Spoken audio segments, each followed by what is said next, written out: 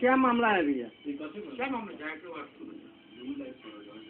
देखिए, 9 जून 2017 को मैं उप सभापति पद पर बेतिया नगर परिषद में शपथ लिया। उस समय बोर्ड ने हमको 26 मत हमको मिला और उसी समय सभापति के पद पर गरिमा देवी सिकारिया को 24 मत मिले। यानी बोर्ड का अधिकतम विश्वास मुझ पर था।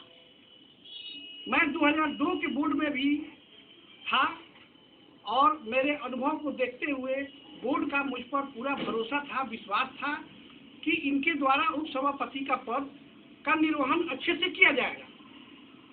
उसके बाद दोनों आदमी हम लोग मिलकर राय करके हुआ कि इस बोर्ड को चलाया जाए अच्छे से, सभी माननीय पार्षदगण को एक साथ लेकर के, ताकि बेतिया का विकास हो सके और यह स्मार्ट सिटी का सपना सबका पूरा हो सके।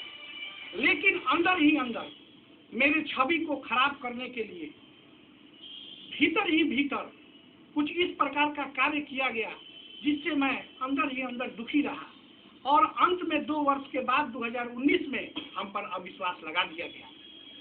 लेकिन हमारे माननीय पार्षदगण मुझे मेरा बहुमत सिद्ध हुआ और मैं फिर से उप सभापति के पद पर कायम रहा। उसके बाद फिर जब बोर्ड के कुछ माननीय पार्षदगण सभापति से नाराज होकर उन पर अविश्वास लगाए, उसमें त्रुटि बताते हुए उस पर कोई बैठक नहीं बुलाया गया और गरिमा देवी सिकारिया जी चली गई हाई कोर्ट में CWJC फाइल करने। लेकिन दुर्भाग्य से हमारे देश में कोविड-19 का संक्रमण काल चल रहा था और हाई कोर्ट धीरे धीरे बंद हो गया, इसलिए उस पर कोई डिसीजन नहीं हो सका। यानी बहुमत सिद्ध करने से ये हमेशा नहीं चाहती थी कि बहुमत हम सिद्ध करें, चूंकि इनके पास बहुमत था ही नहीं। उसके बाद फिर दिसंबर 2020 में अविश्वास जब लगाया गया तो उस समय पटना हमारे नगर विकास विभाग के मंत्री तारा किशोर जी सभी नगर निकायों के सभापति और उप सभापति को बुलाए थे। मैं भी उस समय पटना उस बैठक में था, सभापति महोदया भी थी और हमारे काम में मुझे पता चला कि बैक डेट में यह छुट्टी पर है। तो बैक डेट में छुट्टी पर है, ठीक है। उसके बाद फिर इन्होंने माननीय उच्च न्यायालय पटना में दरवाजा ठकठकाया और वहां से केस चलने लगा।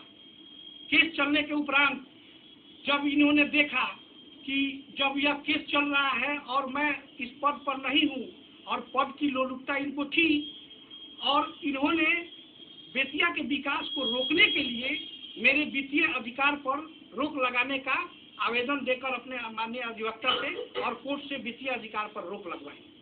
जब वित्तीय अधिकार पर रोक लगा तो उस समय बेतिया का विकास ठप हो गया।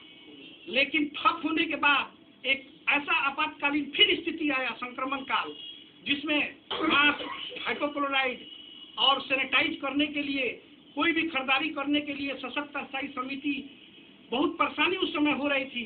तो सशक्त स्थायी समिति द्वारा आपातकालीन स्थिति में खरीदारी की गई और उस खरीदारी के विरुद्ध में भी इन्होंने एक पास कि इनको वित्तीय अधिकार नहीं है, इसलिए यह बैठक अवैध है। जब 28 दिसंबर को गरिमा सिकारिया देवी जी को हटा दिया गया और 23 मार्च को हम पर हमारे जब हम कार्यकारी सभापति थे और हमारे वित्तीय अधिकार पर रोक लगा दिया गया, तो ये लूट में छूट की बात ये जो कह रही है वो सरासर गलत है। इनके द्वारा जो भी बात कहा जा रहा है और खुशी मनाई जा रही है, ये इसको मैं सिरे से खारिज करता हूँ। उनका यह कहना गलत है और हाई कोर्ट का जो आदेश प्राप्त हुआ है उसमें भी झूठा अफवाह कहा जा रहा है। हाई कोर्ट ने स्पष्ट रूप से कहा है कि नगर परिषद था, अब तो उत्क्रमित हो गया है, तो इनको 30 दिनों में बहुमत साबित करना है। जो बैठक बुलाई गई थी उसके बारे में इन्होंने कहा कि मुझे मुझे जानकारी नहीं है। लेकिन अब उत्क्रमित हो गया है, बोर्ड तो है नहीं, लेकिन बोर्ड नहीं रहने के बाद भी इनके द्वारा प्रचार प्रसार किया जा रहा है कि मैं सभापति के पद पर आ गई। इस तरह से बेतिया के जनता को बरगलाना, झूठ बोलना, यह जनता सब देख रही है, सब सुन रही है। इनका यह भी कहना है कि कुछ माननीय पार्षदगण सरातों की वसूली की बात कर रही है, जो सरासर गलत है, निराधार है, बेबुनियाद है। 2020 से लेकर और अभी तक सरातों की बंदोबस्ती का फाइल उठाकर देख लिया जाए। 2018 में भी मैंने ही सरात सशक्त स्थायी समिति में मैं था, इन्होंने छुट्टी पर ये चली गई। फिर 19 आया, 20 आया, ये सरात की बंदोबस्ती में नहीं रहती है, लेकिन 21 में 2 सरातों की बंदोबस्ती हुई, जिसमें एक मालवाहक और एक बस स्टैंड। और जैसे ही अगला डेट पड़ा, तब तक ये वित्तीय अधिकार पर रोक लगवा दी। तो कैसे हो सकता है सरातों की बंदोबस्ती? उसकी वसूली विभागीय चल रही है, पूर्व से इनके कार्यकाल से चल रही है। आज इनका जो इल्जाम जो लगा रही है कि पार्षदों द्वारा वसूली किया जा रहा है, यह सरासर गलत और बेबुनियाद है। मैं इस इल्जाम को खारिज करता हूँ। इनको कोई हक नहीं है यह कहने का कि कयूम अंसारी ने इनको हरा दिया। इनके विरुद्ध में 19 मत पड़े थे। और रही बात काउंटिंग की, तो वो सिटी मैनेजर हमारे नगर परिषद के थे, वहाँ एग्जीक्यूटिव ऑफिसर थे, विजय कुमार उपाध्याय थे, उन्हीं लोगों ने काउंटिंग किया। और नियम के अनुसार, बायलॉज के अनुसार मैं उस बैठक का पीठासीन पदाधिकारी था।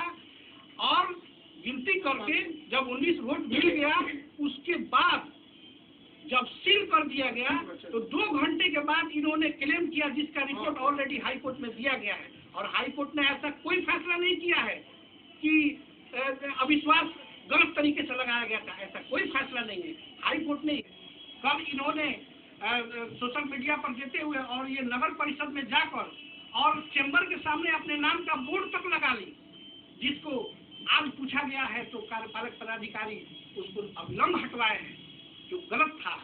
ऐसी हरकत नहीं करनी चाहिए। इन्हीं शब्दों के साथ मैं अपने बात। उनका ये भी कहना है कि जब रिकाउंटिंग के लिए वो बोले तो वहाँ पे रिकाउंटिंग न करते हुए नंगा नाच किया गया और बक्से को सील किया गया। देखिए कुछ तस्वीरें आ रही हैं सोशल मीडिया पे, वो रिकाउंटिंग और इलेक्शन के बहुत बाद की है। वो सभागार में हुआ था इलेक्शन, और सभागार में ही काउंटिंग हुआ, और सभागार में ही सील करके सभी माननीय पार्षदगण अपने अपने घर चले गए। वो जो वीडियो वायरल किया गया है वो किसी दूसरे कार्यालय का है, और वो बाद का है, और वो दूसरे किसी मुद्दे का है। उसको इससे जोड़ा जा रहा है, जो गलत है। पार्षद पुत्र पर आरोप लगाया जा रहा है, उन पर पार्षद पति या पार्षद पुत्र का क्या कहना है?